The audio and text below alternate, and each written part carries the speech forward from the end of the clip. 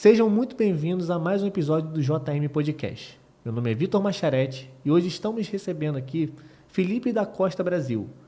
Ele, que é um dos principais nomes brasileiros na área da agronomia, engenharia ambiental, gestão de resíduos e políticas públicas ambientais. Nascido do Rio de Janeiro, ele é doutor e pós-doutor em agronomia, formado pela Universidade Rural do Rio de Janeiro. Atualmente, ele atua como subsecretário adjunto da Secretaria de Estado de Agricultura, Pecuária e Abastecimento do Rio de Janeiro, além de ser pesquisador visitante na Pesagro Rio. Felipe também tem uma experiência notável no âmbito do ensino superior, sendo responsável pela implementação de cursos e programas de mestrado e uma trajetória multidisciplinar que inclui consultorias técnicas, direção de empresas e de engenharia ambiental, produção científica com mais de 20 artigos e capítulos de livros publicados, além de desenvolvimento de tecnologias para a rastreabilidade de resíduos perigosos. Autor de livros sobre plantas alimentícias não convencionais e resíduos sólidos, é também premiado por sua contribuição à gestão ambiental em diversas esferas. Seja muito bem-vindo, Felipe. Muito obrigado, queria agradecer o convite e espero que a gente tenha aqui um programa bem produtivo para a gente poder conversar e trocar ideia. Felipe, a primeira pergunta é justamente sobre o interesse nas questões ambientais. Como que surgiu o seu interesse por essa área? Bom, é uma pergunta interessante, né? Porque a minha formação ela é uma formação na área de agricultura, né? Eu, quando era jovem, né, ali morando em Casimiro de Abreu, meu pai começou a produzir numa propriedade rural e eu logo fui para o Colégio Agrícola de Campos fazer o curso técnico agrícola e, na sequência, entrei para a Universidade Rural do Rio de Janeiro, em Seropédica, para fazer agronomia.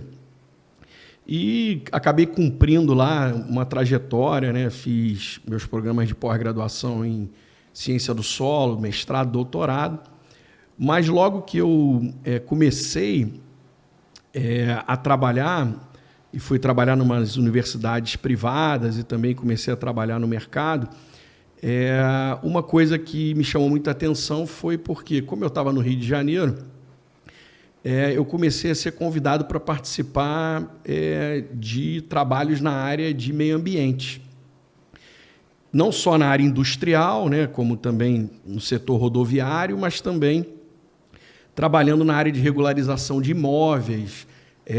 A gente estava vivendo aí um momento importante na área ambiental, com a questão, por exemplo, dos órgãos ambientais estaduais que estavam sendo fundidos, outros estavam sendo criados. Aí veio a legislação ambiental muito forte e eu acabei sendo convidado para trabalhar com a área de meio ambiente.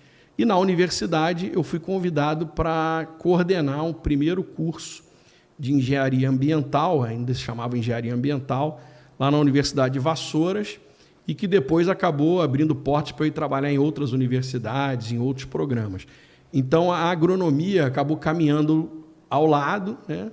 E eu comecei a atuar muito mais na área ambiental, mas sempre com aquela ideia de regularização fundiária em propriedades rurais, trabalhando com recuperação de áreas degradadas, né? Toda uma área que envolvia agronomia, mas, ao mesmo tempo, ela tinha relação com a questão ambiental, de uma forma geral. Perfeito. O que mais marcou a sua passagem pelo doutorado em Portugal? Foi em Portugal, não foi? Foi. Eu tive, na verdade, uma bolsa sanduíche, que a gente chama, né? Isso. Essa bolsa ela foi na Universidade de Évora, em Portugal, e eu tive uma oportunidade muito interessante. Primeiro, conhecer Portugal, né, que é um país extremamente importante. Eu acho que todo brasileiro, né, quando pensa assim, na Europa e lembra dos nossos cursos de história, quando começa a lembrar de como era o Brasil colônia, e em tudo, né, na arquitetura, nas questões culturais, a gente sempre lembra de Portugal. Então, quando eu cheguei em Portugal, eu não imaginava a potência que Portugal era em relação, por exemplo, às ciências agrárias. e a área ambiental também, na área de recursos hídricos. E eu fui para a Universidade de Évora e tive a oportunidade de trabalhar com uma professora, Maria do Rosário, que era uma pesquisadora na área de raízes de plantas.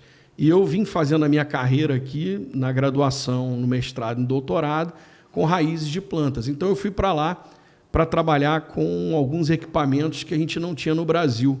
O mais famoso deles é o mini risotron, que é uma espécie de endoscopia de solo. Então, você trabalha análise do crescimento das raízes dentro do solo, utilizando câmeras de vídeo. Isso eu estou falando em 2003, 2004, quer dizer, a gente ainda estava, o Brasil, pensando aí em usar mini risotrons, mas não com a tecnologia que os Estados Unidos tinham desenvolvido, né, pela empresa BART Technology, mas o laboratório que eu fui trabalhar lá em Portugal, ele já tinha toda essa tecnologia. E aí eu acho que eu consegui, primeiro, conhecer o país, né, que foi para mim uma coisa importante, e segundo, conhecer pesquisas, pesquisadores, laboratórios de alta tecnologia e, ao mesmo tempo, fazer uma coisa que eu acho que é interessante, que é a cooperação, né? Começar a cooperar com outras áreas, como trabalhei lá, por exemplo, com o pessoal da engenharia florestal, trabalhando com raízes do sobreiro, que é a planta que a gente extrai a cortiça. Tive a oportunidade de trabalhar com o pessoal da área de uva também, fazer intercâmbio com congressos, por exemplo, que eu participei na Espanha e Portugal. Fizemos congressos também Brasil, Portugal. Então, assim, eu acho que foi um ano bastante produtivo e que fez toda a diferença na minha vida. Até hoje eu carrego comigo essa oportunidade de ter feito esse sanduíche. Agradeço a CAPES pela bolsa, né, que disponibilizou, ao programa de pós-graduação em Ciência do Solo da Universidade Rural e ao meu orientador aqui no Brasil, o professor Roberto Rossiello, e tantos outros professores que passaram pela minha vida nessa grande oportunidade. Certo. Você tem um grande envolvimento com as políticas públicas, principalmente na questão de gestão de resíduos e recursos hídricos. Quais são os principais desafios para a implementação efetiva dessas políticas aqui no Brasil? Olha, a gente tem coisas interessantes, né, que aconteceram e que agora já evoluíram, né? Mas a gente sabe que o Brasil ele tem desafios enormes, principalmente em relação ao saneamento. Eu acho que a gente tem que falar de saneamento. Saneamento ele vai envolver tudo, né? Primeiro porque a gente tem o contexto do saneamento básico, que as pessoas confundem, né? Mas saneamento básico a gente está falando de esgoto sanitário, água potável e resíduos de origem doméstica.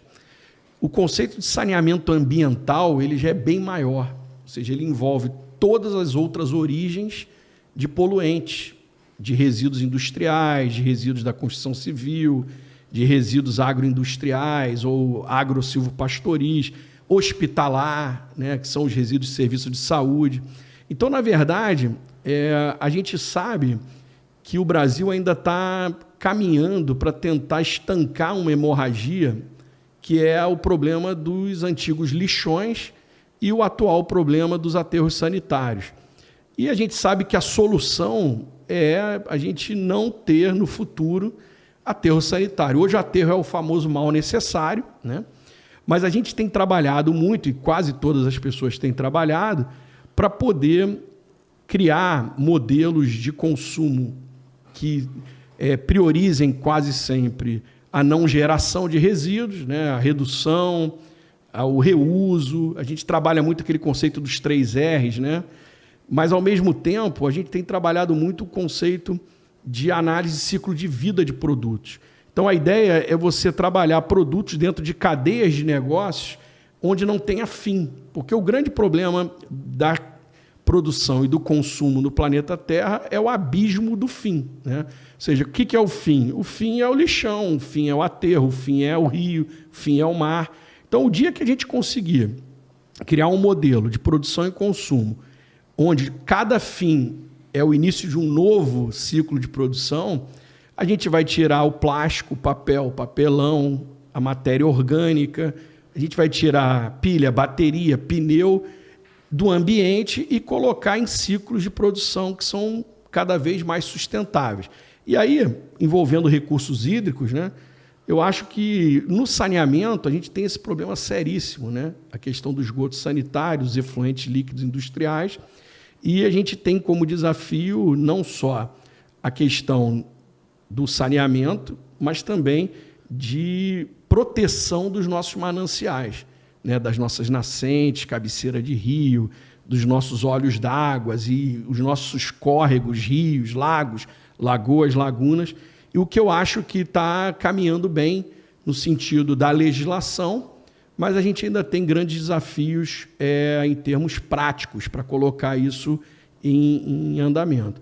Então, eu podia citar aqui rapidamente o Código Florestal Brasileiro, que é um código importante, a questão das nossas margens de rio, de lagos, lagoas, etc., e que a gente ainda tem grandes discussões ocorrendo, né? Para você ter uma ideia, a gente está num momento importante aí agora, eu como conselheiro do Conselho Estadual de Meio Ambiente do Estado do Rio de Janeiro, lá no CONEMA, tenho participado de reuniões para a gente criar a resolução CONEMA, que vai auxiliar os municípios a, por exemplo, demarcar suas faixas marginais em ambiente urbano, diferente daquilo que preconiza o Código Florestal, que é um código voltado para a preservação em ambiente rural e ambiente ainda não antropizado, não alterado pelo homem.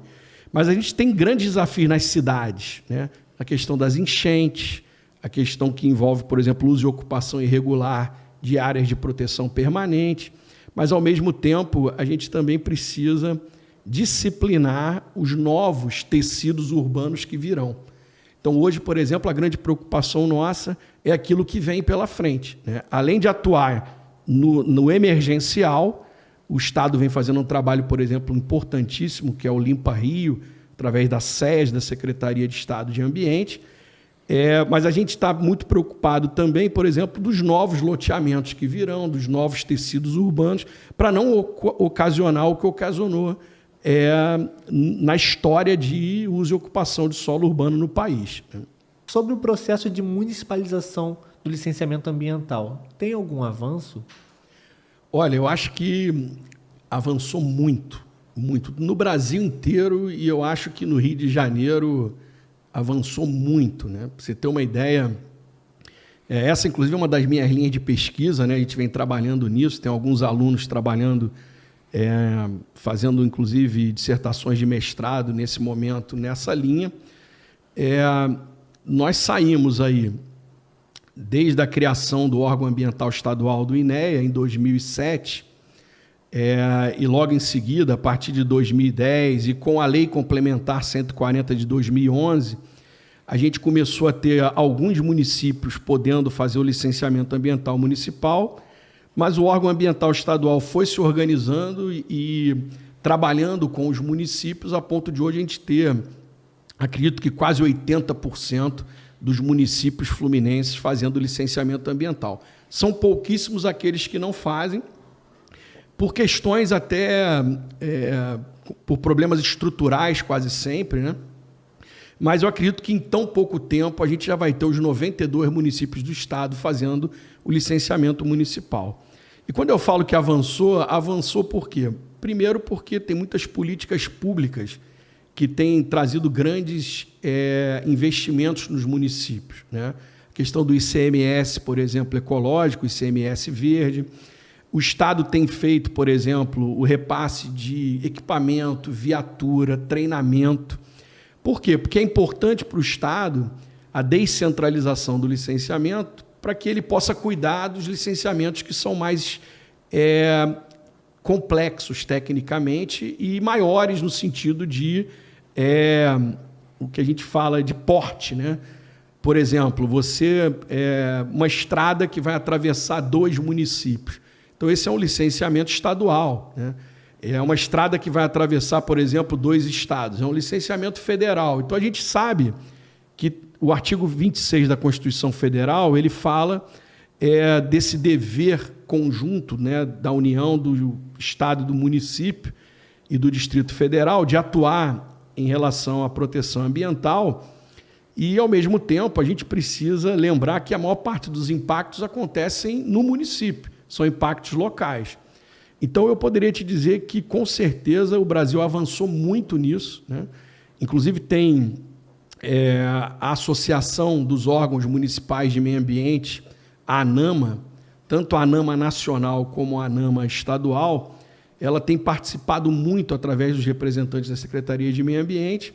E agora, mais recentemente, a gente começa a avançar para o licenciamento ambiental agropecuário, que é uma área que a gente tem trabalhado muito e a Secretaria de Agricultura, onde eu sou subsecretário, junto com o órgão ambiental estadual, o INEA, com a SEAS, e até mesmo com outras secretarias do Estado, empresas como, por exemplo, as vinculadas, né, a Pesagro, as vinculadas da Secretaria de Interior, como Emater, FIPERJ, todo mundo vem trabalhando muito forte para a gente poder também avançar bastante no licenciamento ambiental agropecuário, tanto no município como no Estado.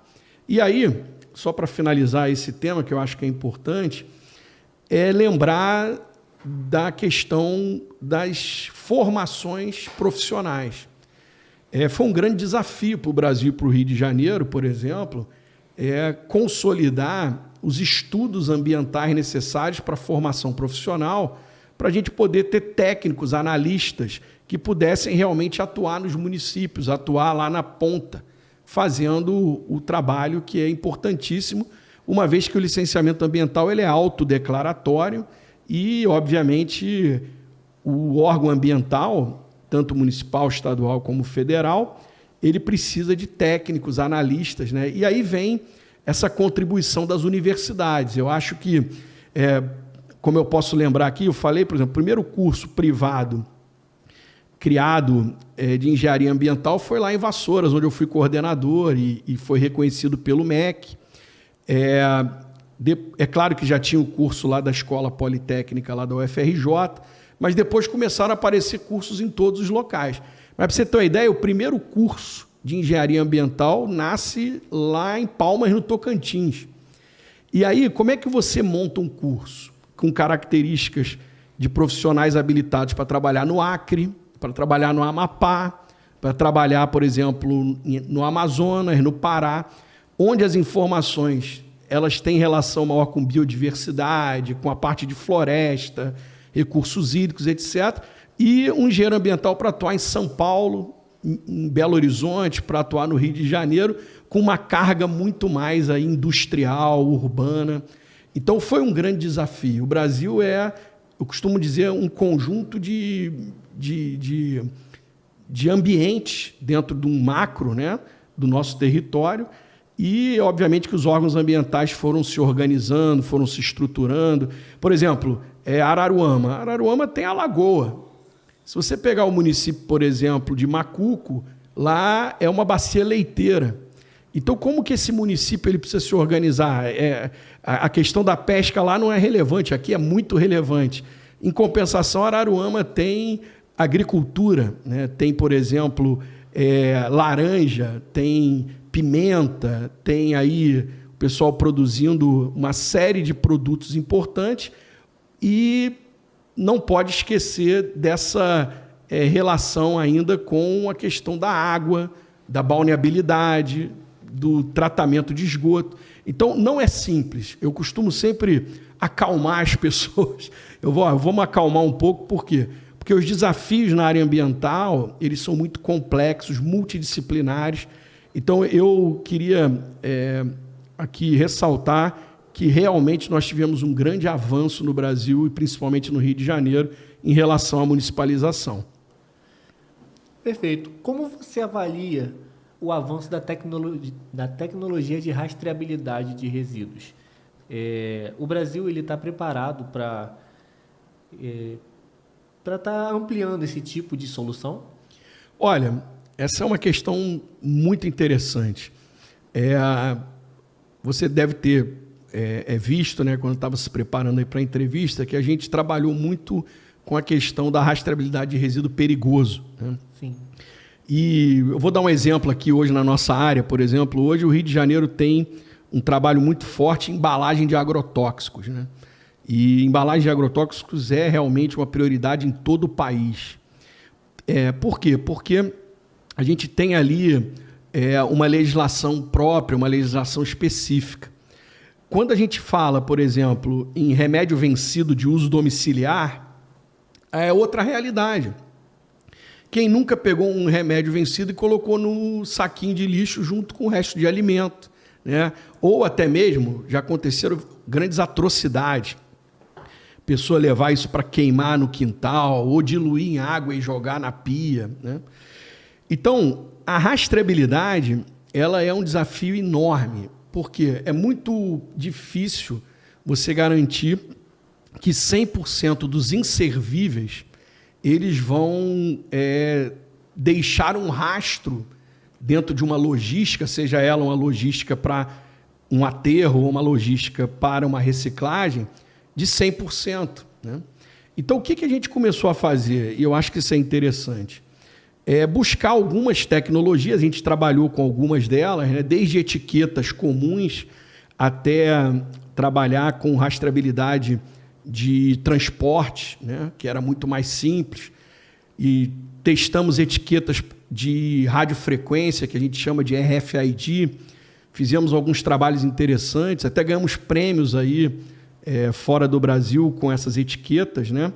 A ideia é você ter um acompanhamento do resíduo lá da sua origem até o seu final. Como que isso se organizou? Se organizou nos Estados Unidos através do manifesto. O manifesto é um documento. E o Brasil copiou esse modelo, né? Então, o modelo de manifesto, ele é um modelo em que, hoje no Rio de Janeiro, por exemplo, ele é 100% online, né? Ele é um documento em que você tem um gerador, ele preenche as informações da saída do resíduo e depois diz quem vai transportar e quem vai receber, e depois quem recebe vai e dá baixa nesse documento. Ele funciona em outros estados aí com vias ainda offline, em outros estados e municípios, mas aqui no Rio de Janeiro, por exemplo, é uma realidade, o órgão ambiental estadual trabalha com esse manifesto. O que a gente percebeu? Que isso é bem restrito a empresas licenciadas, a empresas que têm licenças para instalar uma determinada fábrica ou para fazer um determinado loteamento, um prédio, e, ao mesmo tempo, para aquelas que operam algum tipo de operação que possa trazer algum tipo de resíduo, como é o caso, por exemplo, de uma fábrica, de um posto de gasolina, e entre outras coisas. O nosso trabalho, a maior preocupação que a gente tinha é com o doméstico, porque esse aqui é o grande problema, essa aqui é a grande, talvez, e maior complexidade que a gente tem, porque a gente sabe que um resíduo de um apartamento, ele pode ter qualquer coisa, ele pode ter remédio vencido, ele pode ter ali uma seringa, ele pode ter ali, por exemplo, matéria orgânica, ele pode ter um cupinicida vencido, ele pode ter um raticida. E isso, se você observar, é o grande desafio. Por quê? Porque você vai e coloca isso numa calçada, isso vai ser manipulado por algumas pessoas que nem sempre elas estão cientes do que estão fazendo, então tem muito acidente, né? E, ao mesmo tempo, isso vai para um local específico, onde não é analisado. Eu vou brincar aqui, mas é como se fosse o DNA daquele resíduo, né? Então, a grande preocupação nossa, e está caminhando para isso, eu acho que os órgãos ambientais já vêm fazendo isso muito bem, mas em algum momento a gente vai ter que parar para pensar, como a gente vai conseguir saber que 100% dos meus produtos que não foram consumidos, que viraram algum tipo de resíduo, para onde eles vão, né, com que segurança eles estão indo e qual o tipo de destino final. Porque hoje, eu acho que é interessante a gente falar, a nossa maior preocupação é a gente não deixar bombas de efeito retardado, ou seja, efeitos para quem vem depois, né, que são lixões clandestinos. O próprio aterro sanitário, quando ele se encerrar, ele vai precisar ser monitorado eternamente. embora tenham chegado algumas tecnologias, né? Tem tecnologias chegando aí de alguns países, como é o caso da Coreia, entre outros, tecnologias que podem reaproveitar aquela massa de resíduo que foi aterrada. Isso pode vir a ser, no futuro, uma grande saída para a gente acabar com aterros, encerrar esses aterros. Mas a nossa preocupação, para a gente deixar uma mensagem final, é que todo mundo saiba, por exemplo, o que está passando na rodovia hoje aqui. Que tipo de resíduo está vindo? Da onde?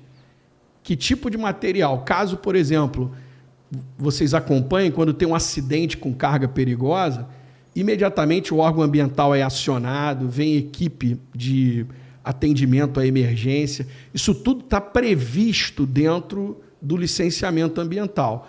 Mas vamos supor que venha acontecer, e Deus nos livre disso, né, que venha acontecer alguma coisa como aconteceu em Goiânia. Então, a gente lembra do Césio, né? Aquilo que aconteceu foi nada mais, nada menos do que uma sucata que chegou na mão de pessoas que ignoravam o perigo e que extraíram dali o césio e levaram para casa, e acabou se tornando uma das maiores catástrofes com radiação aqui no Brasil, e até hoje a gente tem uma tristeza muito grande por isso ter acontecido. Então, assim, desde uma bateria de um celular até uma seringa descartável, qual é o fim dessa cadeia? Para onde vai?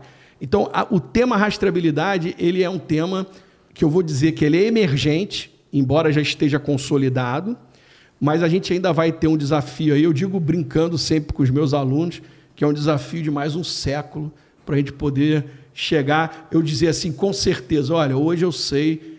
Por que eu estou falando isso? Só para emendar. Porque tem alguns modelos hoje, eu gosto de citar alguns modelos, né?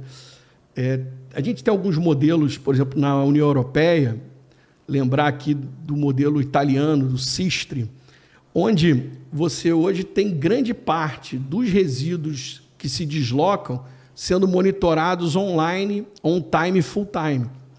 E é mais ou menos isso que a gente precisa, né? Por exemplo, o prefeito de Volta Redonda, ele tem que ter conhecimento do que passa na rodovia Presidente Dutra, indo para São Paulo, por exemplo, um destino final para um aterro industrial perigoso, para que ele possa ser ali um agente pronto para uma resposta, caso venha a ter algum acidente.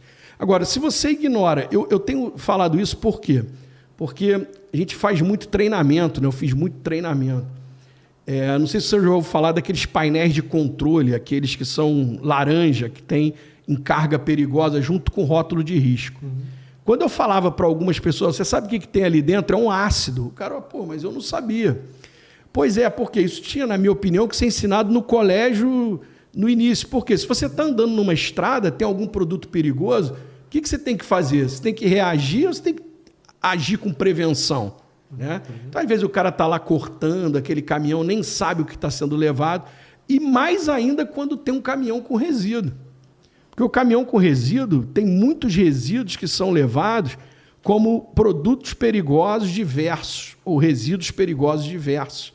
E aí, o que é diverso? Né? Pode ser qualquer coisa, por isso o tema da rastreabilidade é um tema muito importante.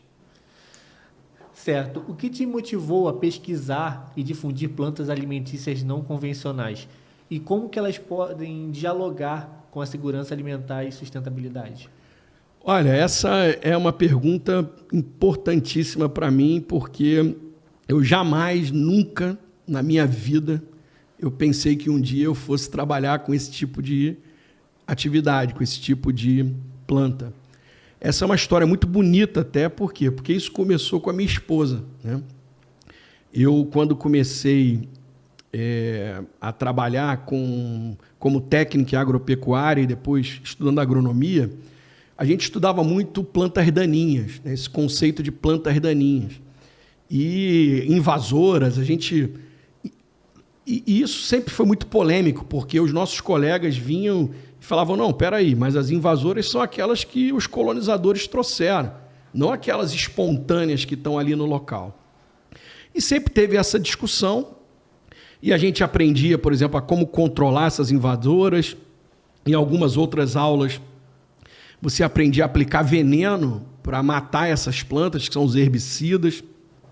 Alguns colegas iam para uma linha muito mais alternativa, orgânica, ambientalmente correta, e outros trabalhavam com uma linha em escala, em termos de produção de larga escala, então trabalhando com os herbicidas, obviamente de forma correta, fazendo aplicações recomendadas pelos colegas, engenheiros agrônomos, engenheiros florestais e etc.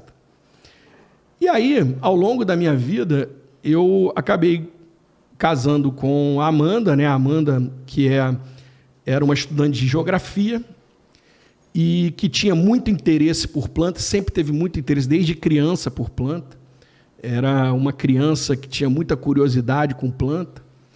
E depois, quando ela formou em geografia e ela foi começando a trabalhar na área ambiental, ela foi trabalhar com educação ambiental, fez uma pós-graduação e começou a usar as plantas, não só aproveitamento integral de alimentos, mas começou a usar as plantas também nas oficinas de educação ambiental, começando a se interessar pelas plantas alimentícias não convencionais.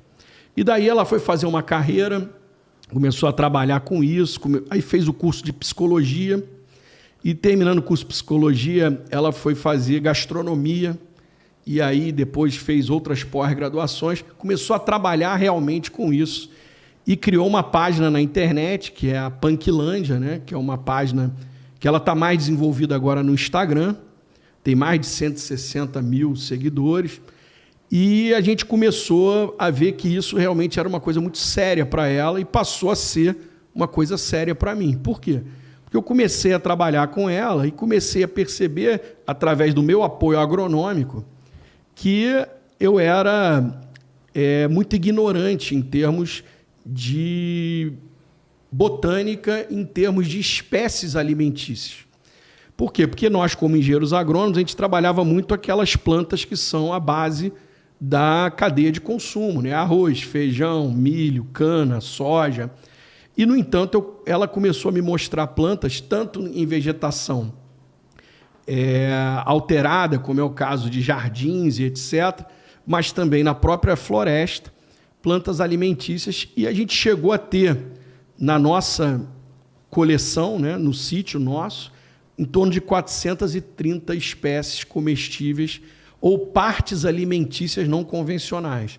Então, a partir dali, eu comecei a me dedicar junto com ela, muito mais porque, pela minha formação agronômica, ou seja, trazendo aí o conhecimento de horticultura, fruticultura, a parte de adubação, né, controle de pragas e doenças, etc. E ela começou a estudar muito as plantas alimentícias não convencionais, mas com uma coisa muito interessante. Ela trabalha especificamente não só com a identificação e reconhecimento, que tem outros colegas fazendo isso no Brasil e no mundo, mas o trabalho dela é transformar isso em uma alimentação que seja uma alimentação atrativa.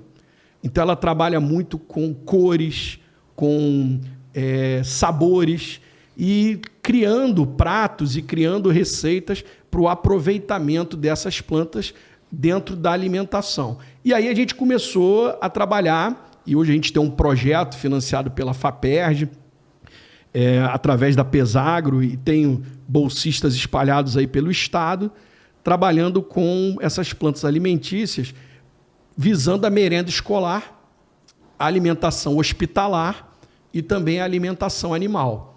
Então, só para finalizar, eu acho que esse tema é interessante. A gente está indo agora, semana que vem, do dia 1º ao dia 3, para 7 Lagoas, né? Para o maior congresso, é um dos maiores eventos na área de punk no Brasil, que é o Hortipunk. Então, nós estamos indo para lá na próxima semana, fazendo aí a apresentação, inclusive, desse trabalho, de uma parte desse trabalho. E hoje a gente está desenvolvendo na região aqui norte e na região dos lagos esse trabalho em Casimiro de Abreu e também em Macaé. E já temos convites aí para fazer em outros municípios, né? Ela fez alguns trabalhos lá em Rocha Leão, que é Rio das Ostras, tem uma bolsista nossa aqui em Búzios querendo implantar um trabalho desse aqui também numa escola. E a gente está espalhado em outros municípios, em Vassouras, em Paracambi, fazendo trabalhos aí com punk. E vocês podem ter certeza que esse é um trabalho muito interessante, porque ele vai atuar, como você perguntou muito bem, né, na possibilidade de nós criarmos novas alternativas de alimentos, de produtos que são desconhecidos, né, na nossa ignorância botânica. A gente passa por eles e nem sabe que são alimentícios. E, ao mesmo tempo, atuar junto aos agricultores familiares, melhorando, por exemplo, a gastronomia, de maneira que eles possam aproveitar esses alimentos, mas, ao mesmo tempo, possam criar novos produtos, agregar valor, fazer agregação de valor junto ao turismo rural, por exemplo, ao ecoturismo, ao agroecoturismo. Então, tem o próprio o turismo gastronômico, o enoturismo. Então, tem toda uma estrutura que está sendo alavancada, e o Rio de Janeiro está crescendo muito nisso, né? E por isso que a gente está aí se dedicando muito a essa discussão das plantas alimentícias não convencionais. Certo. E qual é o papel da universidade na formação de profissionais comprometidos com a agenda ambiental, com a sustentabilidade? Olha, o papel é total. Eu vou te falar que eu tive, durante 22 anos, eu atuei diretamente na área de docência do ensino superior. Atualmente eu estou licenciado por questões óbvias, né, que eu estou trabalhando na Secretaria de Agricultura do Estado, mas eu tenho total certeza que não existe outra forma de nós mudarmos o mundo se não for através da ciência e da educação. E a universidade nada mais é do que uma reunião de profissionais, né, que vão se capacitando, e essa capacitação ela é permanente, para receber outras pessoas, para poder qualificar, para poder formar essas pessoas, para que elas possam atuar no mercado de trabalho e retroalimentar a ciência dentro dos programas de pós-graduação, né, dentro dos concursos públicos e até mesmo das universidades privadas, para que essas informações possam se consolidar como ações. E eu vou falar por aqui, dar um exemplo, né? A área ambiental, ela até final dos anos 90, ela era basicamente falar muito pouco de alguma coisa relacionada a questões da biodiversidade. A gente tinha até uma confusão, as pessoas achavam que meio ambiente era sinônimo de ecologia, né? E obviamente que não é, né? Então, a ecologia ela está dentro de um contexto ambiental que pode ser muito menor e podem ter várias ecologias dentro do mesmo ambiente. Eu vou dar um exemplo do conceito de ecologia urbana, ecologia industrial, ecologia rodoviária, né? Hoje, por exemplo, uma preocupação é fauna atropelada, uma coisa que ninguém falava. Hoje nós temos monitoramento nas estradas, nós temos profissionais, biólogos, veterinários, temos outros profissionais atuando especificamente em monitoramento de estradas. Por quê? Porque existe alternativa, se você pegar aqui a BR-101, né, saindo de Niterói em direção a Campos, a gente vai cortar duas grandes unidades de conservação federal, né, que é a Rebio Poço das Antas e a Rebio da União, e você vai ver viaduto vegetado, você vai ver passagem subterrânea. Quando que a gente ia imaginar isso na década de 90? Isso é muito interessante. A gente não imaginava isso. E a gente percebe que isso só foi possível, por quê? Porque a partir, principalmente, assim, a gente tem os marcos importantes da área ambiental. Eu não vou falar de todos aqui, mas a gente tem lá Estocolmo em 72, né? A gente tem depois a Rio 92 e tal, e as outras que vieram. Mas o que é mais interessante é que os estudos ambientais eles foram muito impulsionados no Brasil por conta principalmente da questão legal. Então, a legalização, o que a gente chama de adequação ambiental legal de empreendimentos, impulsionou muito as universidades a não só formar outros profissionais, mas também a fazer ciência, a fazer pesquisa com coisas que a gente ignorava, né? Não tinha menor interesse no passado. Então, por exemplo, eu vou dar um exemplo aqui da região dos lagos, que eu acho que é importante. Hoje você tem, em Maricá, por exemplo, você tem a Universidade de Vassouras, que eu ainda mantenho como docente externo uma relação lá no curso de mestrado em ciências ambientais. Agora está crescendo aqui os profissionais da área de meio ambiente e até um mestrado novo foi criado recentemente aqui em Vassouras, na área também ambiental, de sustentabilidade. Nós temos cursos de meio ambiente espalhados aqui, por exemplo, a Veiga em Cabo Frio, a Estácio, né? As engenharias espalhadas aqui por todas essas universidades e outras universidades, eu não vou citar todas. Temos as federais também, as estaduais. Então, se você observar, no mínimo uma delas tem o curso de biologia. Mas se você analisar, a maioria já tem cursos da área de química, com influência grande aí da química ambiental, a parte das engenharias, engenharia ambiental sanitária, engenharia de segurança do trabalho. Então, tudo isso é nada mais, nada menos do que a consolidação de uma demanda. Essa demanda veio do mercado, essa demanda veio de políticas públicas ambientais, veio também da criminalização do dano ambiental. A Lei de Crimes Ambientais, a Lei 9.605 de 98, ela foi muito importante nesse sentido, porque ela causou um alvoroço enorme, né? Você passa a ser considerado criminoso quando você, por exemplo, causa um dano ambiental, que até antes da lei de 98, isso era discutido quase sempre na esfera administrativa.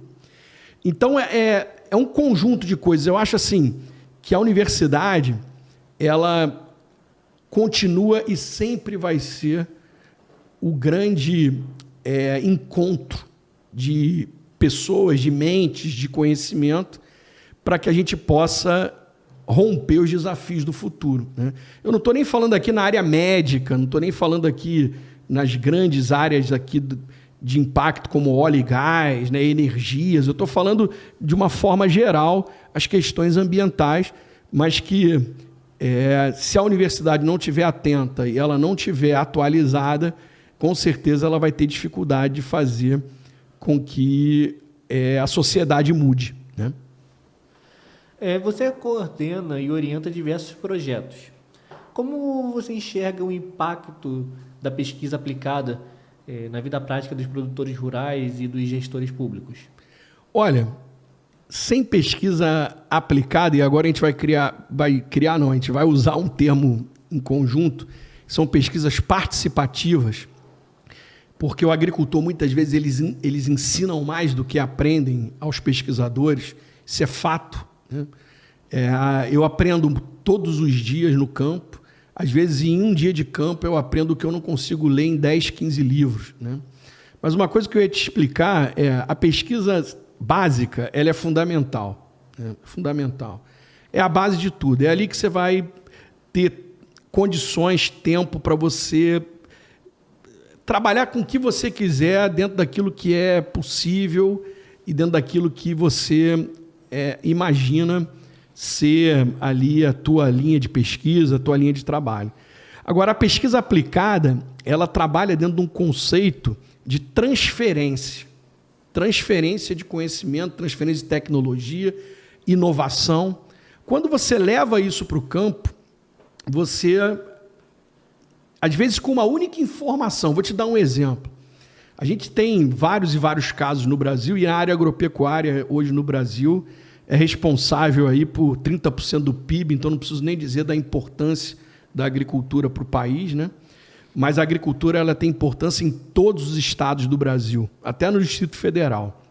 Mas uma coisa importante, às vezes você chegar para uma pessoa e corrigir nessa pessoa a forma como ela aplica um determinado adubo, você pode dar a ela, por exemplo, o mesmo rendimento com metade do custo.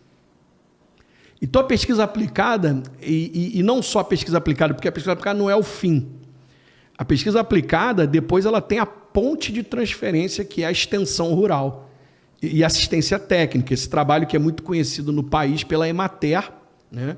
E a FIPERJ na área da pesca e da aquicultura. O agricultor, muitas vezes, ele, para receber o conhecimento, ele precisa ser convencido. E para convencer o agricultor, é bem difícil. Como eu falei, eu tive um pai agricultor e convivi com tantos outros. O agricultor, ele não acredita em qualquer coisa. Até porque, geralmente, o agricultor ele participa de um processo de sucessão familiar, né? Então, a ideia da pesquisa aplicada junto com a extensão é você levar para a ponta informações mastigadas já, com resultado experimental, que o agricultor vê, ele não só ouve. Muitas vezes, a própria propriedade vira uma unidade representativa. E ali você consegue levar o conhecimento para o campo. Mas lembrando sempre, eu nunca esqueço disso. Às vezes você chega com uma informação no campo e aquela informação que você leva não é a informação que vai ser utilizada pelo agricultor e você volta, às vezes, convencido de que aquilo que ele faz é melhor do que aquilo que você faz. Por quê? Porque entram milhares de componentes, é incontrolável.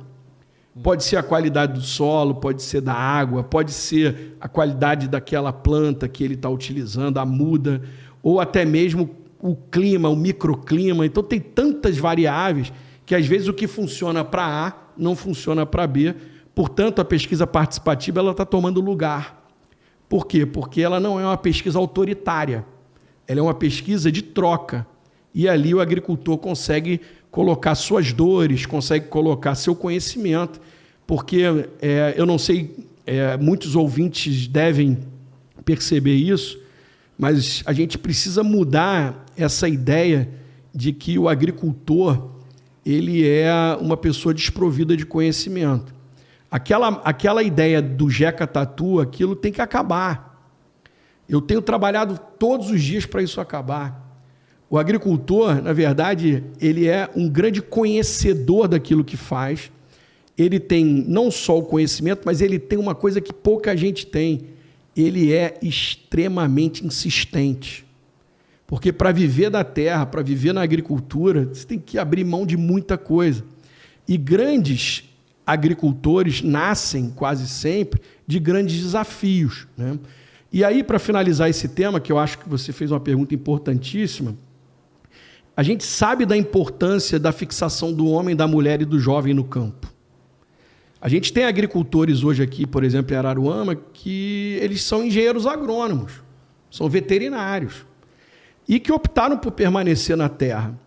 E a gente precisa trabalhar muito isso, essa questão do pertencimento do homem, da mulher e do jovem à terra. Por quê? Porque, caso contrário, a gente vai sempre estimular o que está acontecendo nos grandes centros metropolitanos, que é um inchaço, onde as pessoas estão vivendo sem qualidade e dependentes 100% de produtos vindos de outros locais, né? Então, é preciso entender que a agricultura na verdade, um conjunto de ciências, um conjunto de atividades que a gente precisa sempre valorizar. Certo. Com o tema agora de gestão de resíduos e economia circular, na sua visão, o que mudou e o que ainda precisa avançar na gestão de resíduos sólidos urbanos e industriais no Brasil? Olha, eu acho que, em grande parte, eu vou separar industrial do urbano para a gente poder... Sim. Eu acho que, em grande parte, a questão do resíduo urbano, a gente precisa trabalhar muito fortemente o gerador. O gerador se acostumou a transferir a responsabilidade para o poder público. E as pessoas, às vezes, não pensam que o poder de decisão está na mão de quem gera. Eu costumo sempre chamar a atenção para a Colurb, no Rio de Janeiro, né? A Colurb é uma empresa de engenharia, de resíduos e de saneamento. Você termina um desfile no Sambódromo, o que você vê logo em seguida? A logística para poder limpar aquele local, assim como o carnaval, o fim de ano. Como é que as pessoas deixam a praia? Sujo demais, né? E aí vem a Colurbe de manhã, quando dá 8 horas da manhã, você toma banho no mar limpo. E se você perceber essa política nossa de você botar o teu resíduo na calçada, pendurado no portão, olha o desafio que essa empresa pública tem para deixar o ambiente limpo. E a preocupação das empresas de limpeza urbana, isso agora eu vou falar em geral, é principalmente com a questão da saúde humana, de vetores e pragas, da questão do odor. Então, quando você pensa assim, por que levou rápido para um transbordo e tirou de perto da população e levou para um aterro? Porque aquele material, em pouco tempo, ele atrai rato, barata, ele começa a ter problema de odor, ele começa a putrefar, e aí a gente começa a ter um ambiente insalubre. Mas de quem foi a decisão de botar o resíduo lá para alguém tirar? Foi de quem gerou. Então, a questão do resíduo, antes de ser um problema de engenharia, é um problema comportamental.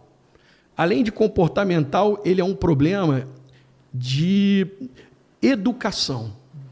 Responsabilidade. Por quê? Eu não falo só educação no sentido ambiental, educação como um todo. Por quê? Porque, na verdade, se você tiver condição de adquirir menos, ter menos desperdício, esse desperdício você arrumar métodos de guardar, para levar e descartar em ambientes que são ambientes adequados, você está criando para o fim da cadeia, que é a coleta, uma sobrevida. E para o fim da cadeia, que é o aterro, uma sobrevida. Agora, o grande desafio é convencer a população disso. Enquanto a população não é convencida, o que a gente tem que fazer? A gente tem que mudar de trás para frente. As pessoas querem que a reciclagem aconteça, mas não quer entregar o material segregado. Aí, quando quer entregar o material segregado, tem que ser no dia que a pessoa quer. E naquele dia a coleta é total, porque a coleta de segregados ela é diferente da total. O caminhão compactador ele não coleta segregado. O caminhão semicompactador carga seca é que vai coletar o segregado para poder fazer a transferência para uma unidade de reciclagem. Certo. Desde 2023, o senhor tem atuado como subsecretário de Agricultura do Estado do Rio de Janeiro. E atualmente tem como secretário o Dr. Flávio Ferreira. Como que o senhor chegou até lá, na secretaria? E como se deu a relação de confiança, de amizade com o secretário Dr. Flávio? Pô, muito bacana essa pergunta. Assim, eu acho que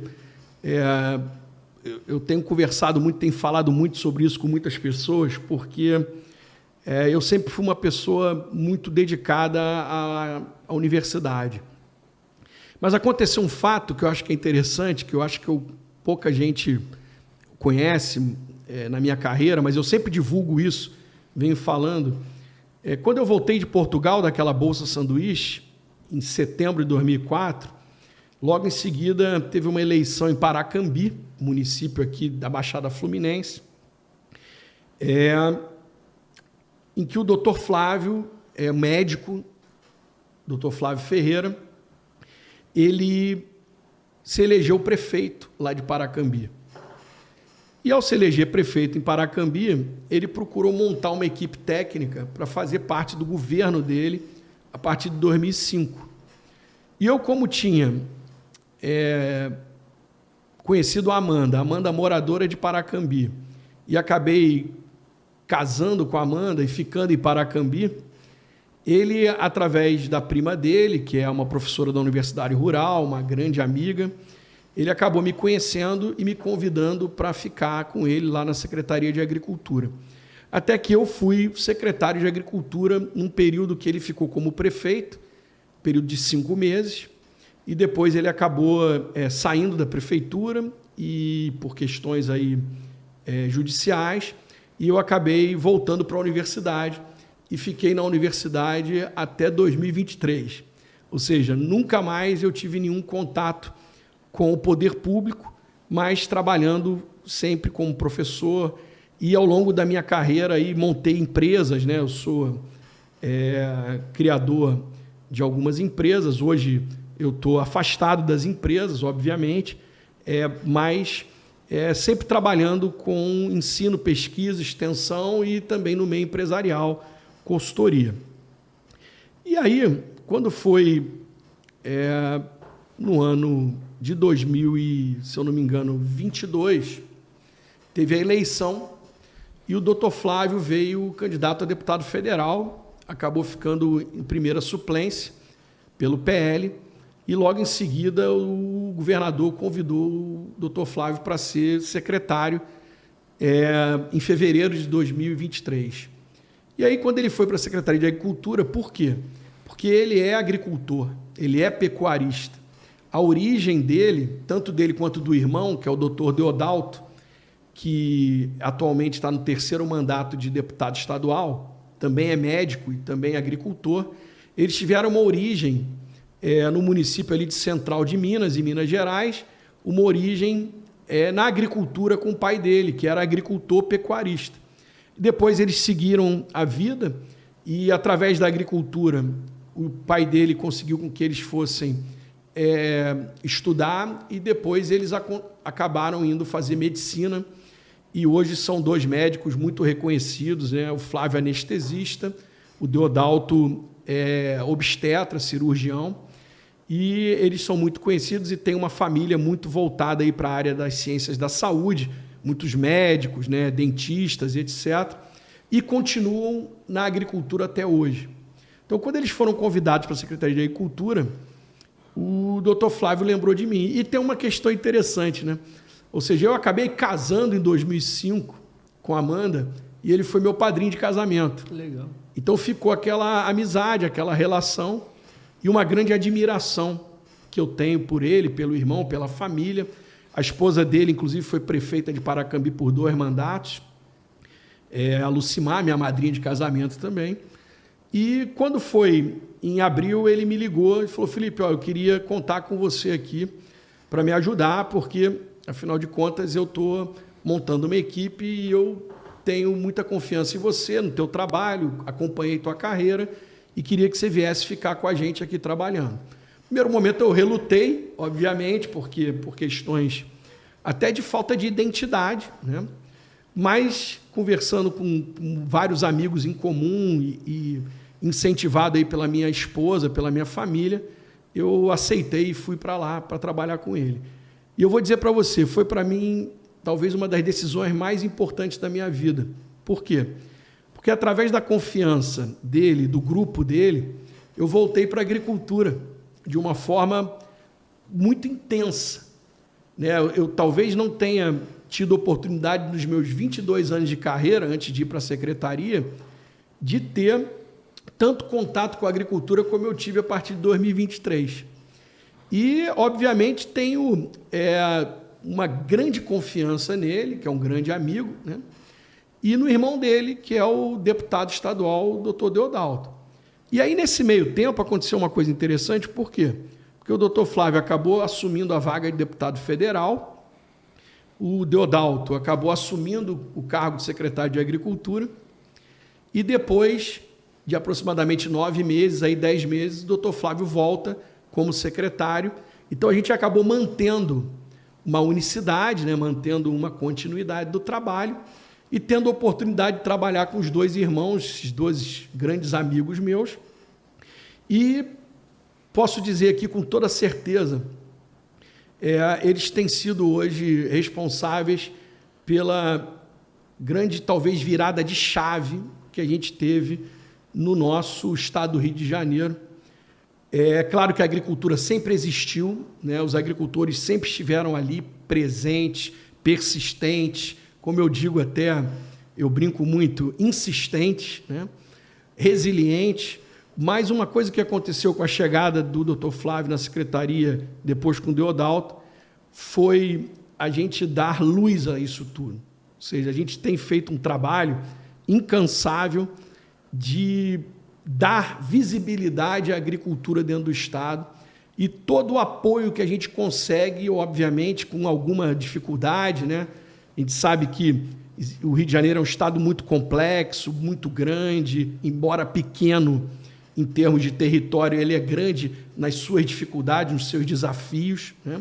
A gente tem o segundo maior mercado consumidor do país, a população imensa, uma série de problemas que a gente enfrenta há muitos anos aqui, mas a gente tem feito um trabalho muito interessante e eu posso, assim, com toda certeza, dizer que eles vão deixar uma marca e eu estou muito feliz de poder trabalhar com eles nesse projeto. Tenho rodado os 4 cantos do estado e uma coisa que o Dr. Flávio tem de muito interessante, além do amor dele pela agricultura, né, pela agricultura de uma forma geral, é o olhar dele de médico, né? É o olhar dele para esse conceito de saúde única. Como, por exemplo, ele tem tido um carinho muito grande em todas as demandas que chegam de todas as demais secretarias, quando o assunto é produção de alimentos, quando o assunto é alimento de qualidade, ele sempre tende a defender os profissionais da secretaria, dentro da medida do possível, e a dar voz e a dar visibilidade.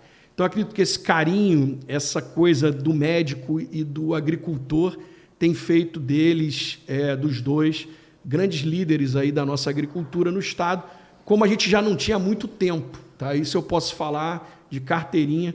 Eu acho que está se configurando aí 2 grandes lideranças do nosso estado e a agricultura tem muito a ganhar com isso. E eu espero, dentro da minha humilde contribuição, poder fazer parte desse trabalho. Recentemente tivemos 2 importantes eventos da SEAPA aqui na região. O primeiro foi em Casimiro de Abreu e agora em Araruama, né? As pautas foram linhas de fomento de crédito rural e o programa de Estradas Agro Rio de Janeiro.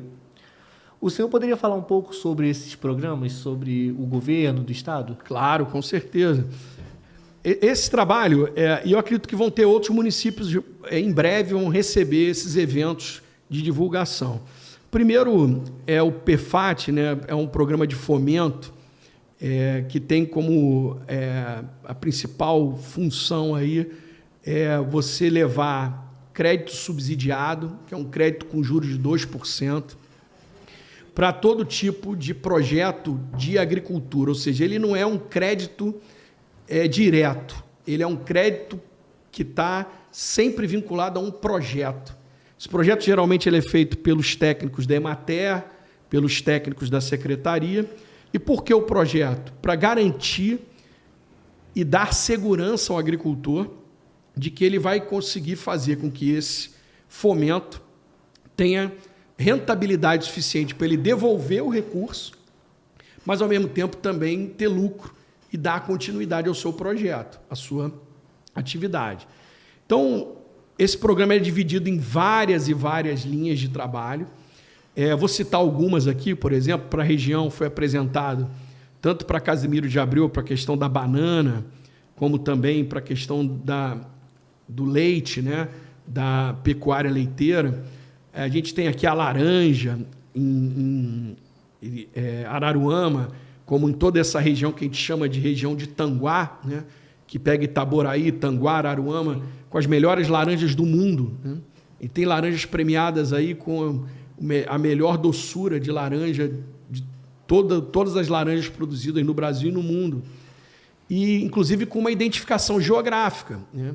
Aqui, a identificação geográfica hoje está crescendo muito no Brasil, o reconhecimento através de uma identificação feita pelo INPI, com as características desse fruto, de que aqui a laranja de Tanguá, que é a laranja de Itaboraí, Tanguá, Araruama, São Vicente, aqui o distrito, né, pegando um pouco de Silva Jardim, ela é uma laranja que tem esse selo, ou seja, ela é diferente das outras.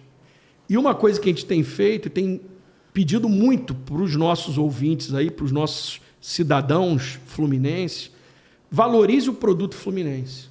Em breve a gente vai estar aí com um selo fluminense. Por quê? Quando você for na gôndola do supermercado, quando você for na gôndola do hortifruti ou numa feira, valorize o produto do Rio de Janeiro. A gente tem muita qualidade nos nossos produtos, embora não quantidade. A gente não vai abastecer o estado, mas a gente tem que valorizar esses produtos, até porque cada laranja comprada do Rio de Janeiro é uma família que se fixa no campo, né? É o retorno que a gente está dando para a sociedade. Então, assim, esses programas eles vão desde o frutificar, que é um programa na área de frutas, né? Passando, por exemplo, pelo Rio Mel, que é um programa na área de mel. A gente tem o Prosperar, que é da agroindústria, né? A gente tem o programa Rio Leite, Rio Café, o Multiplicar, que é na área de piscicultura. Então, são vários desses programas que a gente tem hoje como linha de crédito e fomento com projeto, é a 2%, com carência para pagar e com um tempo para o produtor reembolsar o Estado desse recurso. Então, esse foi o programa que a gente trouxe. E o programa Estradas Agro RJ é um programa que o Estado manda patrulhas mecanizadas para atender as rodovias do interior, né? Então, isso é um projeto que tem uma determinação muito forte do governador Cláudio Castro, junto com o doutor Flávio, secretário, e também os deputados que compõem a Comissão de Agricultura, é que a gente não pode deixar o agricultor com a produção dele sem estrada. Uma vez que não adianta nada produzir bem se ele não comercializar, se ele não levar esse alimento até o consumidor. As compras públicas têm crescido muito no Rio de Janeiro, né? A gente tem aí os programas de compras públicas para alimentação escolar, por exemplo, tem crescido muito, mas a gente ainda tem muito excedente para levar para a Ceasa, para levar para os outros mercados. Então, esse trabalho do programa Estradas Agro RJ, ele tem como objetivo fazer a manutenção das estradas, melhorias com bica corrida, né? Com um material que possa melhorar a qualidade das estradas e dar acesso para o agricultor para que ele possa levar o seu produto, mas, ao mesmo tempo, também a questão do acesso escolar rural, o hospital, né? Ou seja, as ambulâncias. Então, é uma discussão que vai além da produção. É uma questão de cidadania, é uma questão aí social que a gente tem que atender, né? É o socioeconômico e ambiental também, né? Tem uma Exatamente. importância muito grande para a nossa região, né? Exatamente. E são milhares de quilômetros de estrada vicinal, né? A gente não vai resolver o problema, mas as prefeituras acabam fazendo uma parte também, né? Mas a tendência é, com o tempo, esses programas eles passem a ser substituídos no futuro, em algumas situações, pela pavimentação definitiva. Então, tem todo um projeto, que é um projeto que eu chamo de longo prazo, né? Mas hoje o nosso trabalho é um trabalho bem emergencial e tem atendido muita gente. Como eu falei, onde tiver agricultura, a gente vai atender. Claro que com dificuldades, porque choveu, todo mundo sabe que o trabalho na estrada vicinal, às vezes, ele não aguenta. E como chove muito na nossa região, e chove sempre, a gente vai ter que fazer essa manutenção constante até que os pavimentos definitivos, as pavimentações definitivas cheguem em todos os locais. Isso pode levar muito tempo, né? Estrada vicinal é um problema no mundo inteiro, né? Tem gente que acha, isso é um problema do Brasil. Não, isso é um problema no mundo inteiro. Tem países, por exemplo, que têm índices de estradas vicinais sem pavimentação muito superiores ao nosso. Mas a gente tem estado muito atentos a isso, e eu acredito que esse foi um grande programa do governo, e essa é sempre uma preocupação do nosso governador com relação a isso. E a gente tem visto, por exemplo, como foi o caso aqui, que todos os prefeitos eles acabam fazendo a adesão ao programa, um acordo de cooperação técnica, e precisam muito complementar o trabalho que eles já fazem com as patrulhas mecanizadas. Acredito que isso também vai continuar e tem sido relatado aí por muitos. Esse período agora, por exemplo, que nós tivemos o nosso presidente da Assembleia Legislativa, Rodrigo Bacelar, assumindo como governador, ele pautou muito essa questão das estradas, porque ele roda muito o interior e percebe que esse trabalho tem dado muito resultado, e que por isso a gente tem que continuar avançando nesse sentido. Perfeito. Para finalizar nosso bate-papo aqui agora, eu gostaria que o senhor deixasse as suas considerações finais para as pessoas que estão assistindo a gente. Eu queria dizer que foi um prazer muito grande poder estar aqui. Queria agradecer ao querido amigo César Guedes, um grande amigo. César é uma pessoa muito querida, ele me viu criança, né? Eu tenho uma particularidade, que eu sou de Casimiro de Abreu, né? Então, assim, eu nasci no Rio de Janeiro, mas muito novo fui para Casimiro de Abreu. Meu pai é muito conhecido aqui em toda a região, Doutor Brasil, foi advogado, foi procurador lá da Prefeitura de Casimiro, foi advogado da Ativo lá no Fórum de Casimiro, então teve uma participação muito grande. Participou daquele movimento, por exemplo, lá da emancipação de Rio das Ostras, né, durante o governo do Célio Sarzedas. E eu passei minha infância e minha adolescência toda em Casimiro de Abreu e acabei indo para o Colégio Agrícola de Campos, como eu falei, depois fui para a Rural e nunca mais voltei. E acabei voltando. Agora, há quase 2 anos, eu voltei a morar em Casimiro de Abreu, por uma ironia, né, assim, até porque a secretaria fica em Niterói, então fiquei mais perto e ao mesmo tempo, para eu me deslocar para Campos, Itaperuna, São Francisco de Itabapuana, e aqui para a região serrana, e depois voltar para o sul, Fluminense, tudo isso acabou me levando de volta para Casimiro de Abreu. E eu tive uma coisa muito interessante lá, que foi reencontrar amigos de infância, né? Que são amizades que eu percebi que elas são eternas, ou seja, é uma amizade, mesmo que você passe 40, 50 anos sem ver, quando você encontra, é como se fosse a primeira vez que você está ali junto com eles. E eu encontrei amigos queridos, como o Rafael Jardim, que esteve aqui, sim, participou do podcast, que é vereador lá em Casimiro, o próprio prefeito Ramon, né? Os pais dele eram vizinhos de muro da minha casa, então a gente tem uma amizade muito antiga com a família, com o Ramon. Encontrei grandes amigos, grandes parceiros lá. Meu tio, que está lá, doutor Elcio, que é engenheiro, que trabalhou na prefeitura há muitos anos. E ao voltar para Casimiro de Abreu, eu tive a oportunidade muito grande de rever toda essa região aqui. E muito feliz por poder, a partir de agora, poder representar essa região. Então, eu tenho trazido muito aqui o nosso secretário, tenho trazido a equipe técnica toda, o chefe de gabinete lá da secretaria, o Jorginho, tem frequentado muito a região, e os técnicos, os técnicos da Defesa Agropecuária, que já estão presentes, a própria Pesagro.